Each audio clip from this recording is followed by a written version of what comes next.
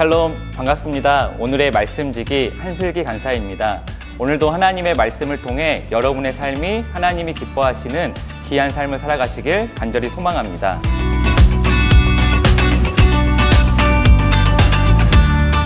오늘 본문의 말씀은 그리스도 안에 누리는 자유에 대해 잘못된 이해를 하고 있는 고린도 교회의 성도들을 향한 가르침입니다. 8장부터 시작된 이 논의를 바울은 오늘 말씀을 통해 종결하고 있습니다. 고린도 교회 성도들은 성령의 경험을 통하여 모든 것이 가하다라는 전만을 자랑하면서 그 특권을 누리려고 했습니다. 하지만 바울은 오늘 본문을 통해 모든 것이 다 유익한 것이 아니라는 것을 강조하고 있습니다.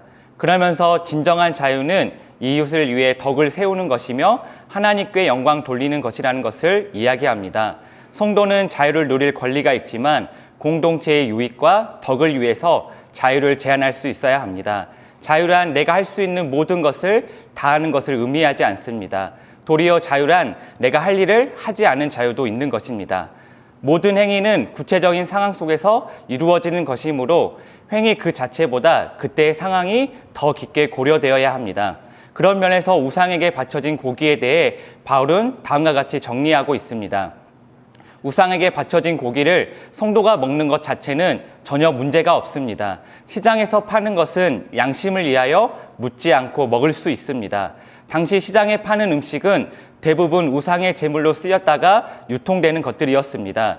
우상 제물을 꺼리는 유대인들을 대한 배려로 우상 제물에게 바치지 않은 음식을 따로 표시해서 팔기도 했습니다. 하지만 바울은 지나치게 시장의 음식의 출처를 알아내려고 할 필요가 없다고 말하고 있습니다. 자기의 양심을 손상시키지 않기 위해, 즉 자기 유익을 구하기 위해 너무 전전긍긍하지 말라는 것입니다. 왜냐하면 하나님께서는 땅과 거기 충만한 것이 다 주의 것이라고 말씀하셨기 때문입니다.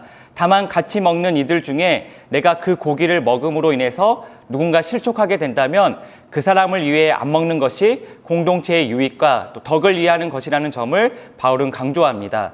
두 번째로 불신자가 식사 초대를 했을 경우에도 묻지 않고 먹을 수 있습니다. 불신자의 집에서 주는 음식이 제물에게 바쳐진 음식일 수 있습니다. 하지만 나의 유익보다 그 불신자의 유익이 더 중요하기 때문에 바울은 식탁에 오른 음식이 무엇인지 구태여 알아볼 이유가 없다고 이야기합니다. 그런데 누군가가 이것은 제물로 바쳐진 것이라고 말하는 경우에는 덕을 위해서 먹지 말라는 것입니다. 성도에게는 자유가 있지만 자기의 유익보다 남의 유익이 더 중요하기 때문에 이런 상황에 처한다면 우상 제물을 먹지 말아야 합니다.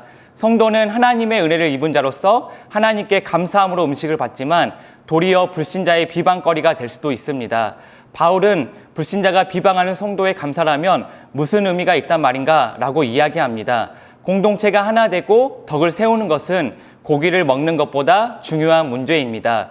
누군가의 희생과 배려가 필요합니다. 이때 누가 희생하며 배려하겠습니까? 더욱 성숙한 사람이 하는 것입니다. 부모와 어린아이 가운데 원하는 바에 차이가 생기면 누가 양보를 합니까? 잘못된 문제가 아니라면 성숙한 부모가 아이에게 맞춰주는 것입니다. 특별히 가족이 외식을 갈 때면 부모의 입맛보다는 아이가 잘 소화시킬 수 있는 것으로 선택합니다. 이처럼 성숙한 사람이 공동체의 덕을 위해서 자신의 자유를 제한하는 것이 자연스럽습니다. 이제 바울은 결론을 위해 몇 가지 명령을 합니다. 먼저 나보다는 하나님의 영광을 위하여 하라. 바울은 먹는 것과 마시는 것뿐만 아니라 모든 일을 하나님의 영광을 위해 하라고 권면합니다. 음식 문제뿐만 아니라 범사에 그렇게 해야 합니다. 바울은 우상 제물을 먹는 일에 관련된 성도들의 행위가 하나님의 영광에 직접 관여되어 있고 더 나아가 성도들의 모든 행위가 하나님의 영광과 관련되어 있다고 언급합니다. 따라서 하나님의 영광을 위한 게 아니라면, 즉 하나님의 영광스럽게 할 수 없는 일이라면 당연히 포기할 수 있어야 합니다. 또 바울은 거치는 자가 되지 말라고 이야기합니다. 그러면서 자신의 예를 듭니다. 나와 같이 모든 일에 모든 사람을 기쁘게 하여, 모든 일에 모든 사람을 기쁘게 한다니 우리로서는 불가능한 일로 여겨지는 어려운 일입니다. 그런데 바울은 자신이 이렇게 할 수 있는 비결을 제시합니다. 자신의 유익을 구하지 아니하고 많은 사람의 유익을 구하여.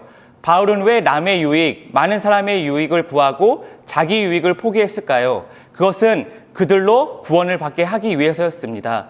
그리고 바울은 마지막으로 바울 자신이 그리스도를 본받는 것처럼 성도들도 자신을 본받기를 권면합니다. 이렇게 말할 수 있는 까닭은 바울 자신이 그리스도를 본받고 있기 때문입니다.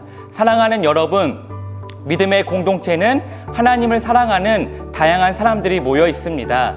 그렇기에 때론 여러 문제들이 생기곤 합니다. 그러므로 우리는 내가 속한 믿음의 공동체가 하나 되고 하나님께서 기뻐하시는 공동체가 되기 위해 끊임없이 고민하고 노력해야 합니다.